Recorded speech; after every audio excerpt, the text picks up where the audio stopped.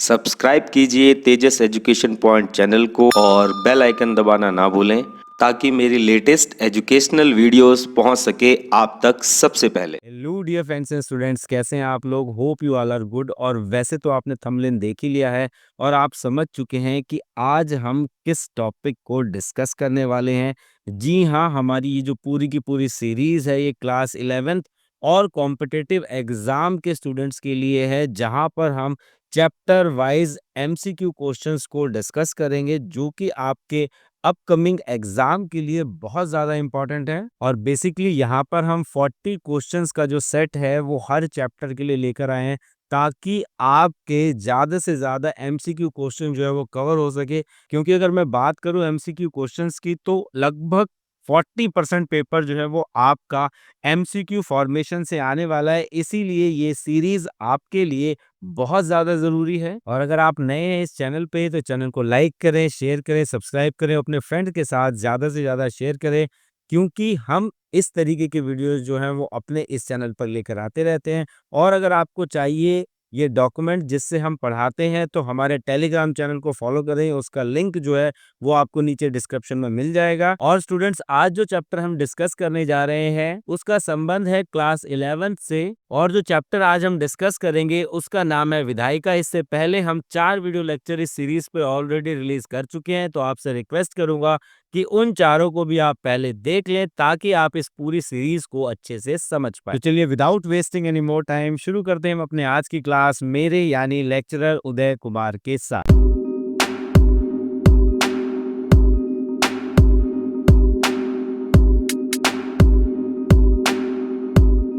तो चलते हैं हमारे पहले क्वेश्चन की तरफ। हमारा यहाँ पर जो पहला क्वेश्चन है वो है, राज्यसभा को भंग करने का जो अधिकार है वो किसे प्राप्त है? तो स्टूडेंट, यहाँ पर आपका राइट ऑप्शन क्या है? ऑप्शन डी, यानी कि इनमें से कोई नहीं। सेकंड क्वेश्चन है हमारा, भारत का राष्ट्रपति किसका पदेन सभापति होता है?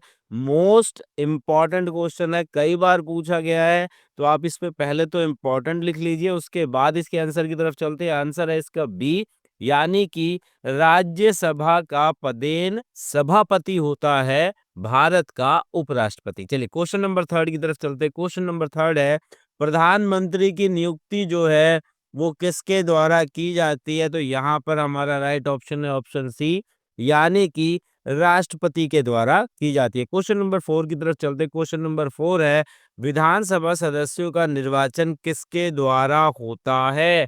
तो स्टूडेंट, यहाँ पर आपका जो राइट ऑप्शन है वो है ऑप्शन डी, यानी कि निर्वाचन आयोग के द्वारा ही विधानसभा सदस्यों का निर्वाचन किया जाता है। क्वेश्चन नंबर 5 है, संघीय व्यवस्थापिका को किस नाम से जाना जाता है, यानी कि अन्य किस नाम से जाना जाता है?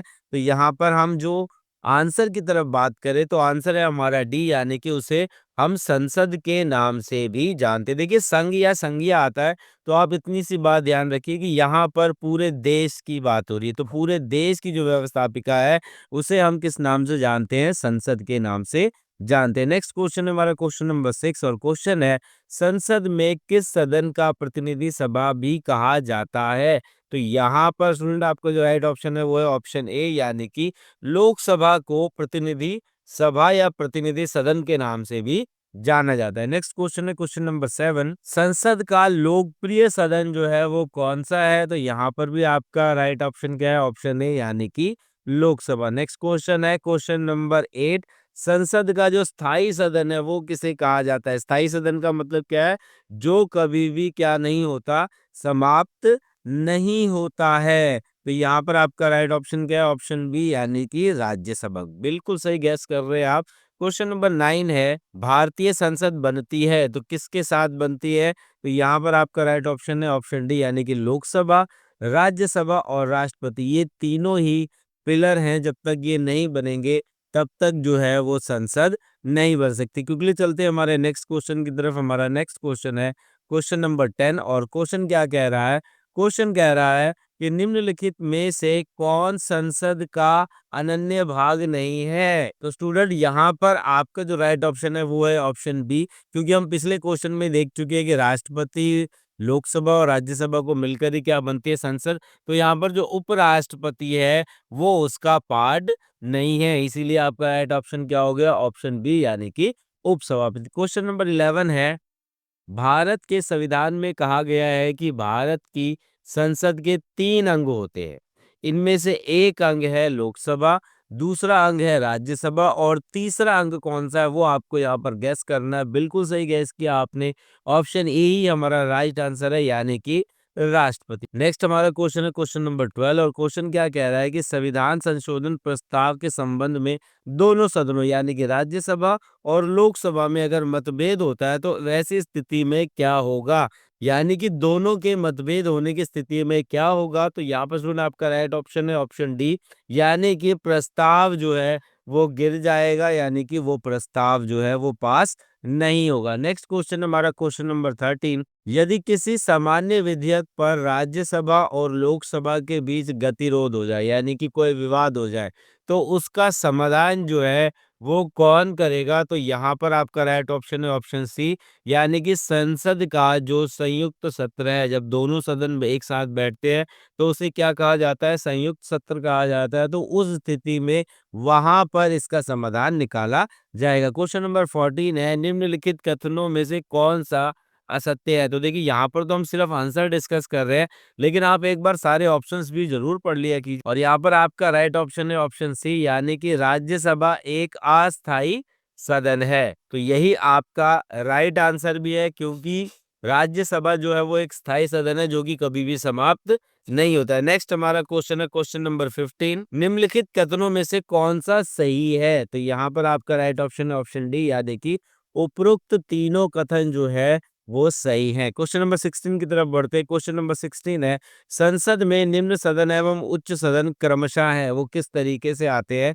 तो यहाँ पर आपका राइट ऑप्शन है, सबसे पहले आता है लोकसभा और उसके बाद आता है राज्यसभा, इसीलिए आपका राइट आंसर हो गया ऑप्शन बी। क्वेश्चन नंबर 17 है, साधारण विधेयक से संबंधित गतिरोध को दूर करने के लिए संसद के दोनों सदनों की बैठक जो है वो किसके द्वारा बुलाई जा सकती है। तो यहाँ पर राइट ऑप्शन है आपका ए, यानी कि राष्ट्रपति के द्वारा बुलाई जा सकती है। क्वेश्चन नंबर 18 है, लोकसभा और राज्यसभा की संयुक्त बैठक कब होती है। और यहाँ पे स्टूडेंट आपका जो राइट ऑप्शन है वो है ऑप्शन बी, यानी कि लोकसभा और राज्यसभा में मतभेद होने पर, कि अगर दोनों में किसी बात को लेकर मतभेद है तभी संयुक्त बैठक जो है वो बुलाई जा सकती। क्विकली चलते हैं नेक्स्ट क्वेश्चन की तरफ। हमारा नेक्स्ट क्वेश्चन है क्वेश्चन नंबर 19, लोकसभा में बहुमत वाले दल का नेता जो है वो कौन होता है। तो यहाँ पर आपका राइट ऑप्शन ऑप्शन सी, ये हमने अपने पिछले लेक्चर में भी डिस्कस किया था। प्रधानमंत्री जो है वो लोकसभा में बहुमत वाले दल का नेता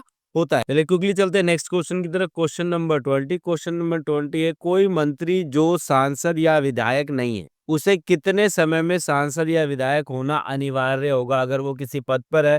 तो यहाँ पर आपका राइट आंसर है ऑप्शन ऑप्शन बी, यानी कि 6 महीने के अंदर उसे क्या करना पड़ेगा, किसी न किसी संसद में या विधायक में अनिवार्य होना पड़ेगा। इसका एक बहुत बड़ा एग्जाम्पल मनमोहन सिंह जी भी थे। क्वेश्चन नंबर 21 की तरफ बढ़ते हैं, राज्यसभा में धन विधेयक को पास करने के लिए कितना समय दिया गया है। तो यहाँ पर भी आपका जो राइट ऑप्शन है बेटा वो है ऑप्शन बी, यानी कि 14 डेज तक ही उसे हम रख सकते हैं, उसके बाद उसे पास करना ही होता है। क्वेश्चन नंबर 22 है, भारत में कैसी विधायिका है।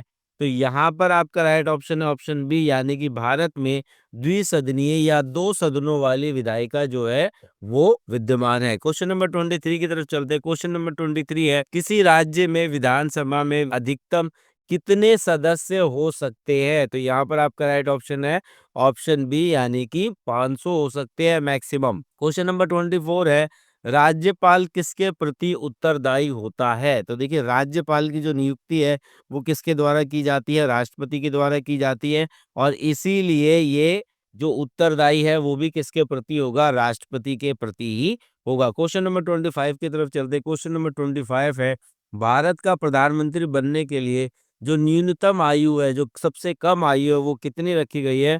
तो वो सबसे कम की अगर मैं बात करूं तो ऑप्शन बी, यानी कि 25 वर्ष जो है उसकी आयु निर्धारित की गई है, जो कि कम से कम है।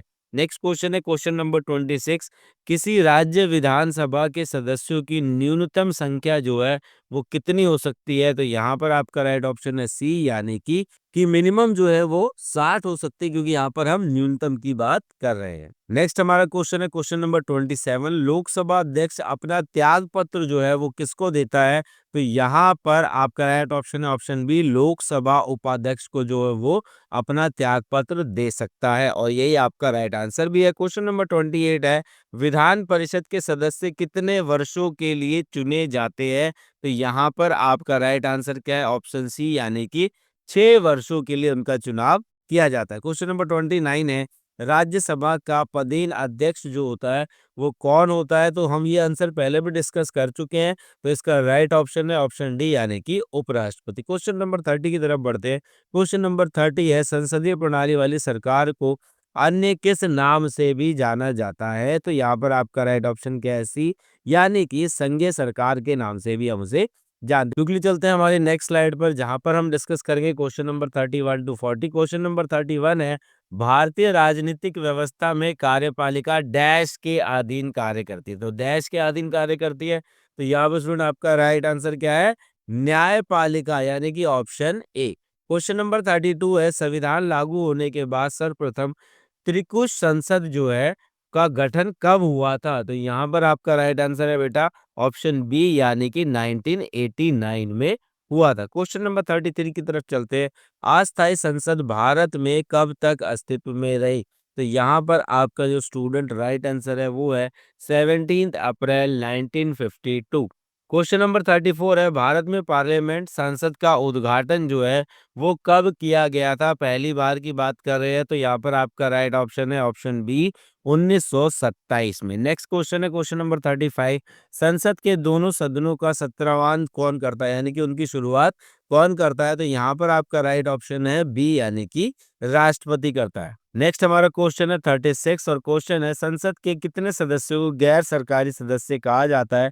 तो यहाँ पर स्टूडेंट आपका राइट ऑप्शन है ऑप्शन बी, यानी कि मंत्री के अलावा जो प्रत्येक सांसद है उनको इस नाम से पुकारा जाता है। नेक्स्ट क्वेश्चन है, जल्दी से चलते हैं आगे की तरफ। क्वेश्चन नंबर 37 है, भारत सरकार के निर्णय अनुसार संसद का एक सदस्य अपने क्षेत्र के विकासात्मक कार्य हेतु कितनी राशि जो है वो खर्च कर सकता है? लेटेस्ट डेटा के अनुसार आपका ऑप्शन है ऑप्शन डी, यानी कि 5 करोड़ रुपए तक वो खर्च कर सकता है। क्वेश्चन नंबर 38 है, किसी संसद सदस्य की अयोग्यता निर्धारण का निर्णय कौन कर सकता है?